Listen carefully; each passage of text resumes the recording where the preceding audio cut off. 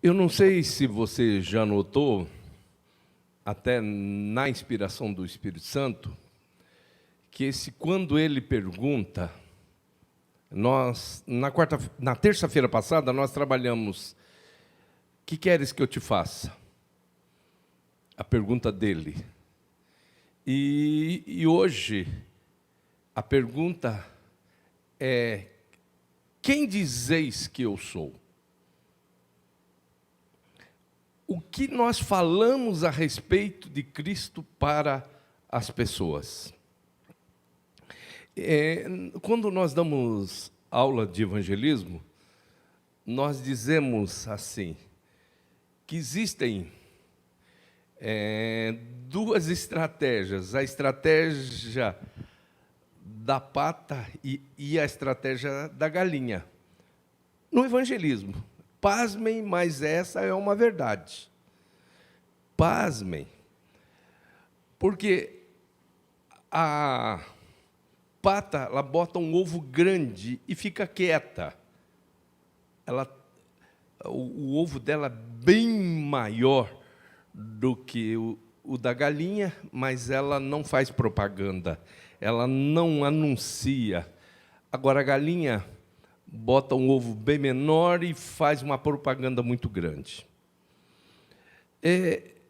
Aquilo que está escrito no Salmo 67, no seu verso 1, nos mostra que as bênçãos que o Senhor coloca na nossa vida são exatamente a grande propaganda do Evangelho. Quando nós ensinávamos marketing eclesiástico, você tem que contextualizar. Nos famosos 4 P's de Kotler, produto, propaganda, pontos de venda e preço. Qual é o produto? Nós não estamos falando em vender por dinheiro, nós vendemos por valor e não por preço. Na igreja, nós temos que entender a diferença entre preço e valor.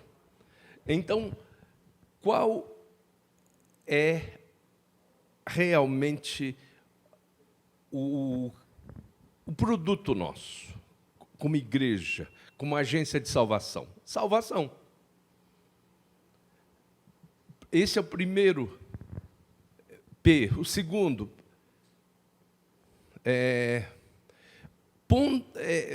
propaganda, sinais, prodígios e maravilhas do Espírito Santo. Preço não tem preço, é de graça. É de graça. Tem muito valor, mas não tem preço, porque de graça recebemos, de graça damos.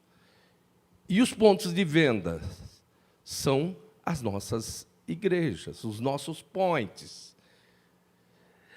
Então, queridos, Jesus, ele chega e ele faz uma pesquisa de opinião. Quem dizem os homens ser o filho dos homens? Aliás, o filho do homem, melhor dizendo. Quem dizem os homens ser o filho do homem? E eles começaram a mencionar exatamente aquilo que a opinião pública falava, aquilo que estava no consciente coletivo da sociedade judaica, misturada com muitos romanos, com pessoas de fora, judeus, gentios misturados, porque estavam naquelas as situações de domínio de Roma. Quem diz os homens ser o filho do homem? E eles responderam, uns João Batista, outros Elias, outros Jeremias ou um dos profetas. Isso era a opinião pública. E vós? E vós? Eu tenho 3 discípulos mais próximos de mim, João, Tiago e Pedro. À volta dos 3, que sempre estão mais encostados em mim, eu tenho 9 discípulos, aos quais também chamei de apóstolos. À volta dos 9, existem os 70. À volta dos 70, as multidões. Mas eu estou perguntando para vocês 12. E vós, quem dizeis que eu sou? E aí Pedro, representando aquele grupo de discípulos, diz: Tu és o Cristo, o Filho do Deus vivo. Quando ele pergunta, logicamente que ele está dentro de um contexto filosófico, onde muitas afirmações eram proferidas com indagações. Do tipo assim, onde está Deus? E a afirmação é, mas onde Deus não está? Então, ele faz uma pergunta que tem uma profundidade muito grande. Então, o que o Espírito Santo está querendo que você entenda, que toda vez que Deus faz uma pergunta para você, Ele está querendo mostrar muito. Ele não está ignorante, Ele não ignora nada, Ele sabe tudo. Profundidade das riquezas, tanto da sabedoria como da ciência de Deus. Quão insondáveis são os teus juízos e quão inescrutáveis os teus caminhos. Porque quem compreendeu o intento do Senhor, ou quem foi o seu conselheiro, ou quem lhe deu primeiro a ele para que ele seja recompensado? Porque dele, por ele, para ele são todas as coisas, glória, pois, eternamente a ele. Amém. Então, ele sabe de todas as coisas, e por que ele faz perguntas? E vós, quem dizeis que eu sou? O que você diz?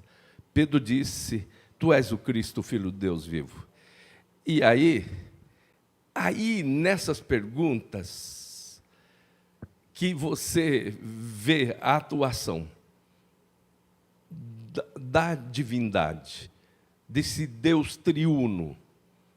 Nós cremos no monoteísmo subsistente através de 3 pessoas, indivisíveis na sua essência e coiguais em poder e glória. Mas funcionalmente, um fala a respeito do outro. E aí Pedro diz, tu és o Cristo, Filho do Deus vivo. E o Senhor diz para Pedro, bem-aventurado és tu, Simão, filho de Jonas, Simão Bar-Jonas, porque a revelação que você recebeu, que tu recebestes, não veio da intelectualidade humana, não foi da carne, não foi do sangue, mas do meu Pai que está nos céus. Que lindo! Então, muitas vezes, Deus está fazendo perguntas que nós podemos responder sim. Nós podemos responder. O apóstolo São Paulo diz que ninguém diz que Jesus Cristo é o Senhor, senão pelo Espírito Santo. Então, nós temos o Pai revelando o Filho, o Espírito Santo revelando o Filho. Então, essa pergunta, quem dizeis? O que ele está perguntando para você? Você faz uma volta o filme da sua vida. O que você disse a respeito de Cristo? O que você mostrou a respeito de Cristo? Você é parecido com Cristo? Eu disse algumas vezes aqui que os cristãos só receberam o título de cristãos distante de Jerusalém, lá em Antioquia, a primeira vez que os seguidores de Cristo foram chamados de cristãos. Então, eu acredito que muitas vezes as pessoas esperam uma declaração viva em nós. E vós, quem dizeis que eu sou? O que vocês falam falam em Jerusalém, falam em Judeia, falam em Samaria, falam nos confins da terra? O que vocês falam? Quem eu sou? O que vocês pronunciam? O que vocês declaram? O que vocês escrevem e descrevem a meu respeito? E aí, quando Pedro recebe essa revelação do Pai e diz: tu és o Cristo, Filho de Deus vivo, ele aí tem um avanço muito grande. Simão Bar-Jonas passa a ser chamado de pedrinha na construção do reino. Tu és Petros. E ele diz: e sobre esta pedra, que sou eu, edificarei a minha igreja, e as portas do inferno não prevalecerão contra ela. As perguntas que Deus faz para nós, elas são exatamente aquilo que está no programa divino, aquela resposta que não vem de nós, não vem da nossa intelectualidade. Nesse caso foi do Pai, mas muitas vezes é do Espírito Santo, e ninguém diz que Jesus Cristo é o Senhor, senão pelo Espírito Santo.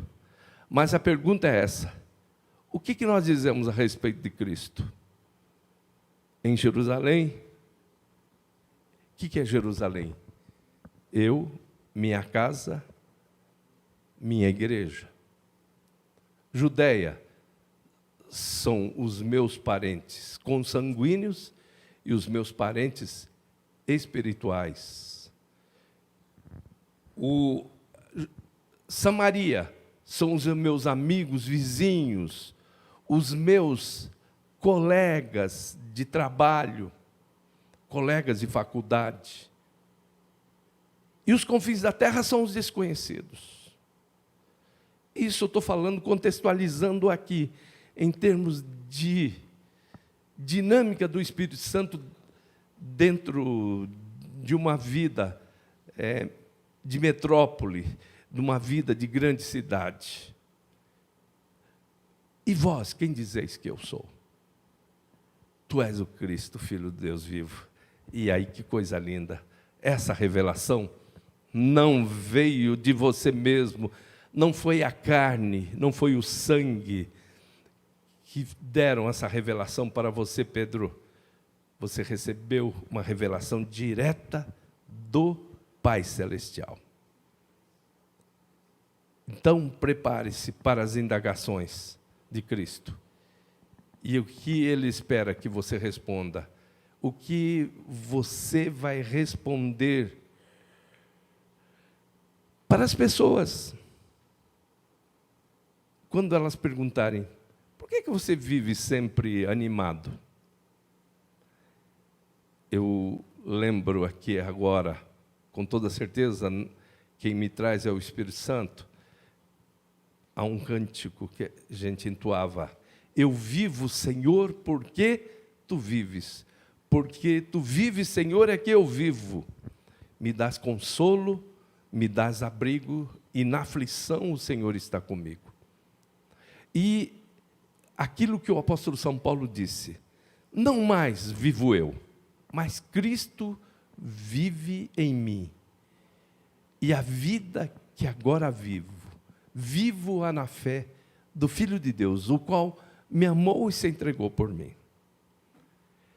Nós podemos ter essa experiência de uma maneira tão forte, como tiveram Pedro e João na porta formosa do templo. Esse mesmo Pedro. E estava lá um paralítico dizendo uma esmola para um paralítico, na porta formosa, lá pedindo. E eles disseram: olha para nós.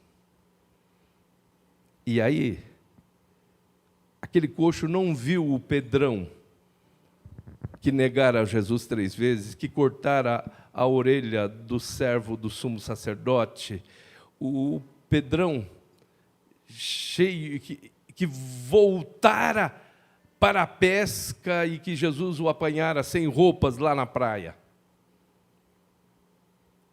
O Pedrão já não era mais o Pedrão, ele era Petros, uma pedrinha. Uma pedrinha. Então, a pedrinha se diminuiu. Convém que ele cresça, eu diminua. E ele falou, olha para nós. Ele olhou para Pedro, não viu Pedro, viu Jesus. E aquele paralítico olhou para o Joãozinho, que era apanhado de vez em quando, com a cabeça encostada ao peito de Jesus, escutando as batidas do coração de Jesus, mas que, lamentavelmente, lá numa aldeia de samaritanos, ele falhara junto com seu irmão Tiago, dizendo, quer que peçamos que desça fogo do céu e consuma todos? Ele não viu o João Boanerges, um dos irmãos Boanerges, o filho do trovão, não viu. Ele viu Jesus. O que nós dizemos que Jesus é através de nós? Eu sou cristão, mas eu sou parecido com que tipo de Cristo? Com que Cristo eu pareço?